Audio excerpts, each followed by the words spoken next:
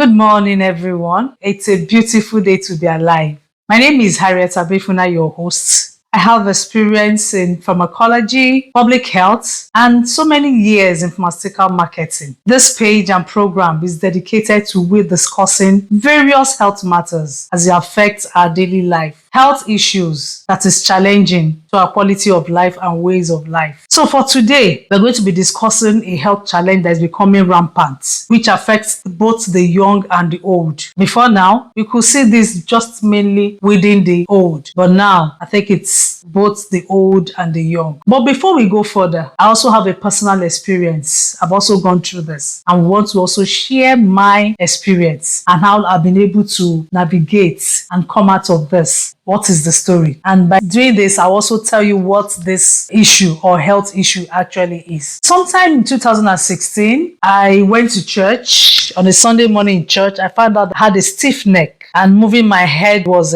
difficult. I thought like the normal, maybe I didn't sleep well and all that. But that pain persisted. The next day, I couldn't get out of bed. And to do the normal basic chores or routine was difficult, if not for the help of my husband. After some days of taking pain meds and all that, I had to go see a health personnel, a doctor, and I was diagnosed of having spondylosis. And what is spondylosis? In a layman's term, I would say spondylosis is actually arthritis of the spine. And it depends on which part of the spine it is. Either the neck, which is cervical, or lower back, which is actually the lumbar. But mine was actually cervical. At the end of the day, what was my treatment? I was placed on NSAIDs, pain med, supplements, and a neck brace, the cervical collar. And also advised on some lifestyle modifications I had to do. Mind you, my doc also told me that if I was older, let's say my maybe 70s or 80s, there would have been the option of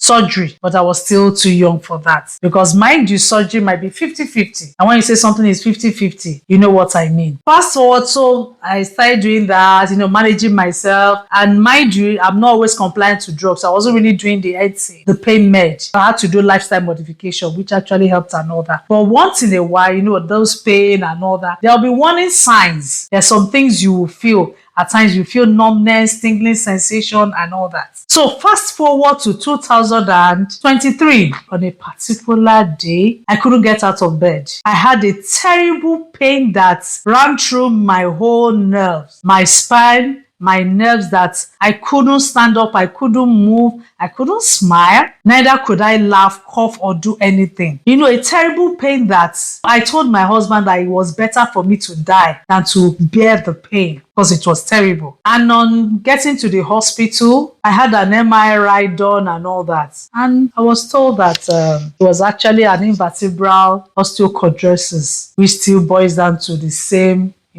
arthritis of the spine that we're actually talking about. And to you viewers, having been diagnosed of this, I asked what is the way forward in doing this? Because even the collar I was using was even not helpful. I couldn't sit in the car. Each movement the car made was the jabbing pain. I couldn't move, I couldn't walk. At the end of the day, I was built for surgery. And just because I had my connections, my surgery was, it was planned for maybe within 2 weeks or so I could have the surgery. But in the normal general hospitals and all that, this is something that you wait for like 6 months or so for you to actually get a date for that surgery. And what about the fund? This surgery was going to cost me more than 5 million. And for me, I wasn't even particular about the surgery because, like I mentioned before, might be a 50-50 thing. But because of the pain, I wanted to get out of the pain. I was making plans for that surgery. Along the line, I said, I spoke to myself, why not look for other alternatives? I now remembered about physio. In medical school, a classmate who did physiotherapy, I called on her, Dr. Shola. I said, babe, I sent my result to her. She looked at it, she smiled. She said, Harry, come, let's discuss. I said, let's discuss. Come. I had booked an appointment with her and we sat down. And in going through that, I had my conviction. She said, Harry, we can beat this. I started physio. And just truly, sitting here with you this day, do I look like someone that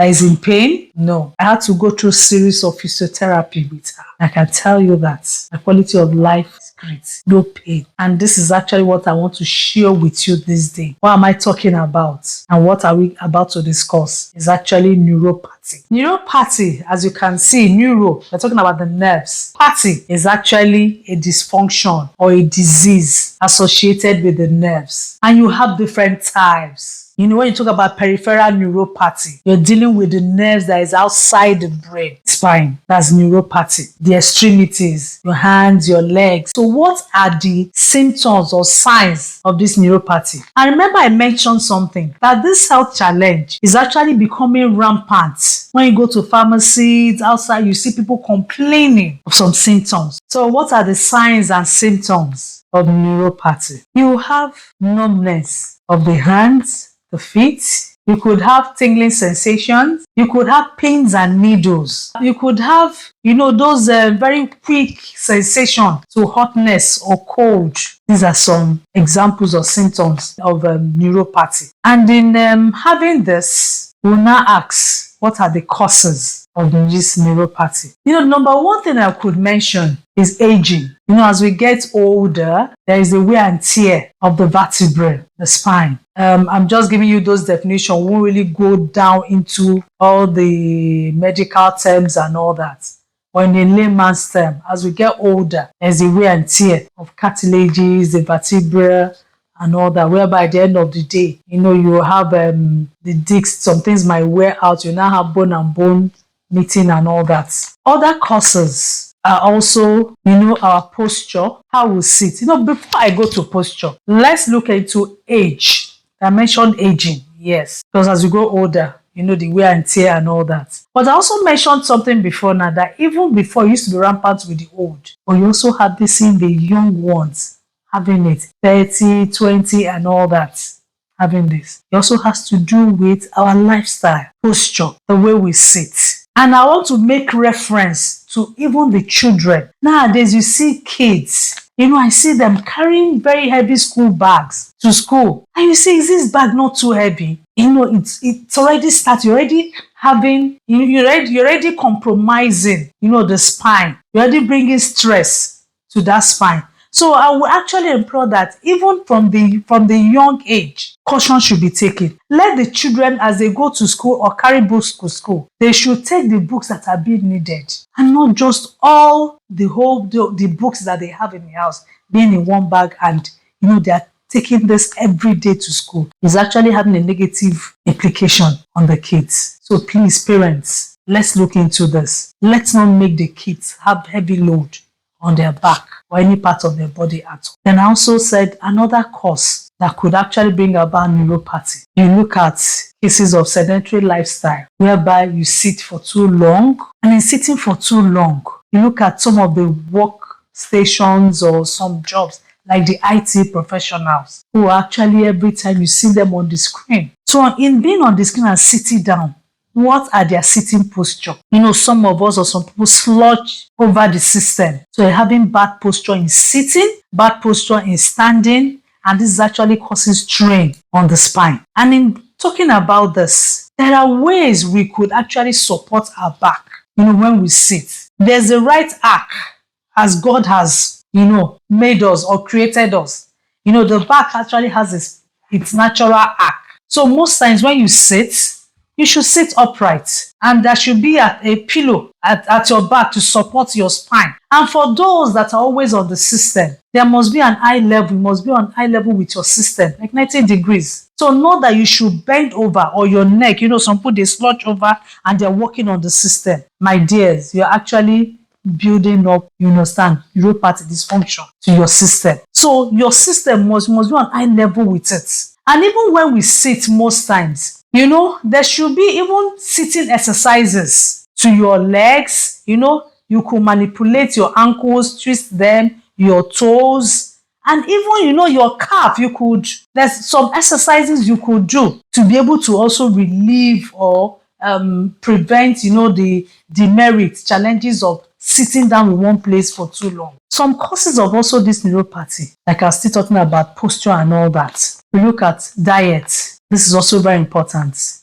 We have what we call the vitamins, the vitamin B supplements. your B1, B2, B3, B5 to B6 and the others. These are very, very important. So the B supplements are very, very important in the function and maintenance health of your nerves. They're very, very important and we should have them. We're also looking at another cause for this could actually also be diseases. There's some cases of diseases, autoimmune, HIV, and some others, which also compromise the nervous or neurological system. We're also looking at some drugs that could also cause this and brings me to also what we call the diabetic neuropathy, which is actually one of the leading causes too of neuropathy. This is actually in diabetic patients. And you find that most diabetic patients actually have neuropathy. I didn't say all, most of them actually have neuropathy based on the part their drugs they take, the anti-diabetic drugs they take at times compromise the absorption of some of the B vitamins. And also, if their blood sugar is not well controlled, definitely there will be damage to the nerves because you're not having a good control of the blood sugar. They're having compromisation on the nerves, and they also a compromise to blood supply to the nerves. So the blood sugar has to be well controlled. So this is where the drugs also come in, which could cause, because the antidiabetic they take at times, actually causes the B vitamins not to be well absorbed into the system. So that's for the diabetic patients. Then also look at women of childbearing age. For some pregnant women, women when they get pregnant, that center of gravity changes. And there's also a compromise to, the spine, the vertebrae. Because by the time you get pregnant, there's a sway in and sway out. So that center of gravity is no longer at the center.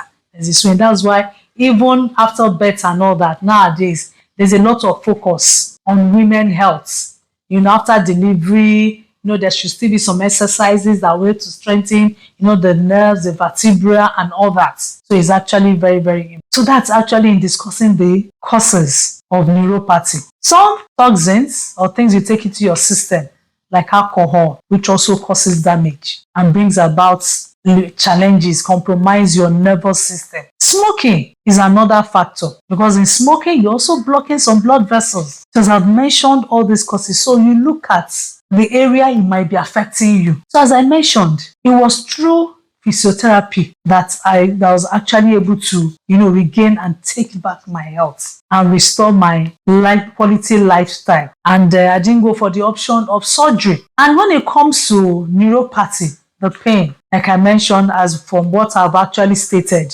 you look at based on the pain, the essence is actually to be able to stop the pain. That is the number one treatment, to be able to stop the pain. And if the pain is not stopping, you've taken drugs and the pain is not stopping, your doctor advises you look for other alternatives. Are you going through physio? Are you going through surgery? So if you've actually gone through maybe physio, is actually not working, you've done all you can do, a good physiotherapist, you've done and you are still in pain, then there's still the option of surgery. But I'll tell you that surgery is not something you can just jump into.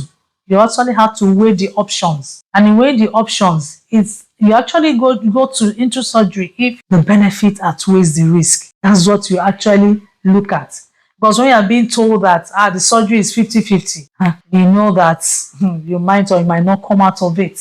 Because even after surgery, you have to start, there's like a shutdown. For most cases, one has to start learning, how to start using some of the sensory or motor organs or neurons, if I use that. Some people will have to start learning how to walk again and use some functions of their body. So for me, I didn't go for the option of a surgery. I went through physio. And for some of you listening to me and who are also in this position, I'm also open to counseling, to advise where to go, and people to also refer you to based on my own story and how I was able to come out of this. So, like I would say, neuropathy is something that has become rampant, even in the society. Everywhere you go to, people are having pain and all that. For neuropathy, there's something I also did not mention. If you look at your lineage, your family history, are there signs of arthritis? Do you have arthritis in your family? Your mom, your dad, and you know that everyone comes out arthritis after some certain age and all that. Then this means you have to take precaution with your lifestyle to be able to, if this is actually going to happen, to delay it so that it doesn't come. If you're supposed to have start having this maybe at the age of 60 or so, based on maybe exercises, your lifestyle, diet, and all that, it could be delayed or well better managed. Because the essence of all this, be able to manage these conditions, because in some cases you can't, there's no how you can't avoid them, but they could be managed so you have a better quality of life. So you look at, do you have arthritis in your family? So definitely based on this, you have to look at your diet. You have to look at exercises and things that you're taking to be able to prevent and delay this. That's having to do with family lineage and hereditary cases, if it's actually in your family. So for this, like I mentioned, we're to discuss. It's not just me talking. I also like to have your feedback on this. If there are questions, I want you to also pen down your questions. If there are other health issues you also want us to discuss, I also want you to be able to suggest. And this is not just limited to I, the host. We also have opportunities of also bringing in some health experts to discuss some pertinent or important health issues you might want us to discuss. So, having discussed all this and how I was able to navigate my own health challenge, and I'm here today with you, I would want to give some advices, I would say, in wrapping up. So what advice would I want to give with reference to beating or managing neuropathy or even preventing it? As I mentioned before, we should teach our children, how to maintain good postures, whether sitting or standing, how to sit properly with your spine straight. Even in school classroom, you see children slouched over their tables and all that, writing, their necks being bent and all that. Please, we should advise them better. Then the school bags, like I mentioned, we should avoid our kids carrying overloaded school bags or loads or bags heavy of any kind. You're compromising their spine or their back. Please, we should consider this. Another thing is, even we as adults, at our workplaces, our desks, workstations, how is it? Is it a limitation to you having a good posture? At your work day, if you're somebody that sits on the computer all day, your system, is it on eye level with you, like 90 degrees on eye level with you? If not, please, you should get a laptop stand. It should be on the same eye level with you. Then your sitting posture, you can see I'm sitting down, back straight, you sit up straight. And if you are on the system, you understand, it should be like this on eye level to avoid any strain on the back. At the same time, even while sitting down, your legs, it doesn't stop you from still exercising, rolling your ankles and all that. And now, the calf is actually very, very important. The calf on your legs. Do you know the pump is also a pump that helps with, blood circulation, just as the heart is pumping blood. The calf on your legs is also very, very important. So please, as much as possible, let exercise under your desk with your legs. You could try as if you're cycling. You could rotate your ankles, manipulate them, your toes, and all that. They also help. And even as you sit on your table, every 10 minutes or so, you could stand up and move around and still come back to your desk. That helps. Even as we drive, you should not slouch over. You should still maintain that good sitting posture. Get a pillow. You could ask that you get a pillow and put, you understand, at your back to help you. Because there's so many people that after driving and all that, there is that pain. We also look at diet, like I've mentioned. Diet, the B vitamins, leafy vegetables, your eggs, olive oil. You're looking at almond seeds. In short, diet is important. And most times you could Google and check what do you mean by Mediterranean diets or meal.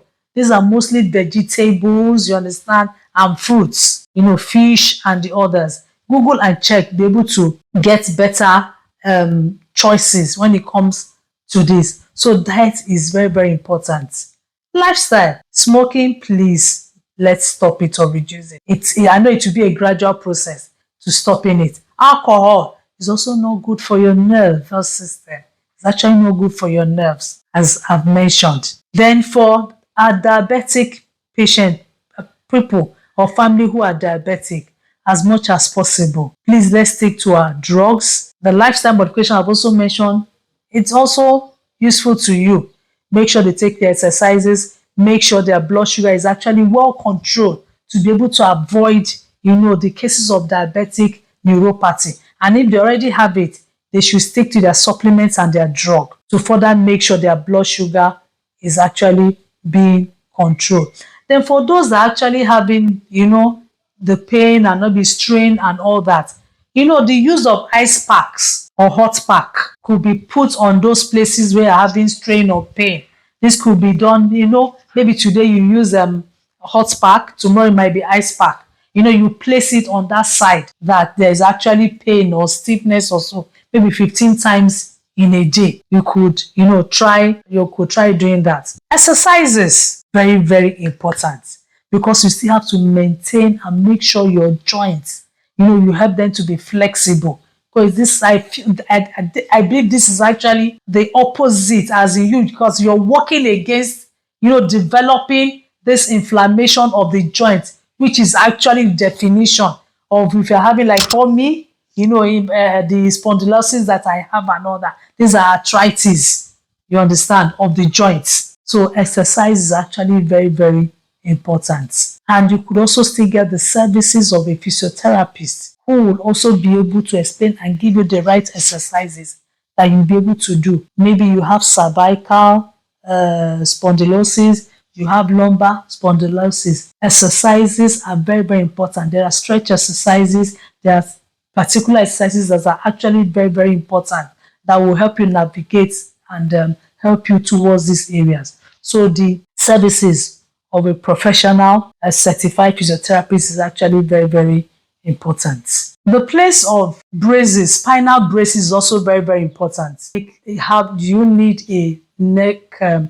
neck collar, cervical collar, or is it a lumbar collar? It is important. It helps you with reference to remove the strain and stress to the affected areas. My dear, it is important, please. So these braces are actually very, very important. And with this, I hope I've not left any treatments. I hope I've been able to mention them. And I'm trying to remember if there's anyone I've actually left that might be important. But not to worry, there's still going to be another episode of this. So with this, I want to conclude this session by saying that if this has been helpful to you, please would like to have your feedback. I'm actually open to getting your feedback. And if you need counseling, advice, or referral, I'm also available to this. And with this, thank you very much for visiting this page or listening to this program. I'm hoping to see you in the next episode. Thank you very much and have a beautiful day. Bye.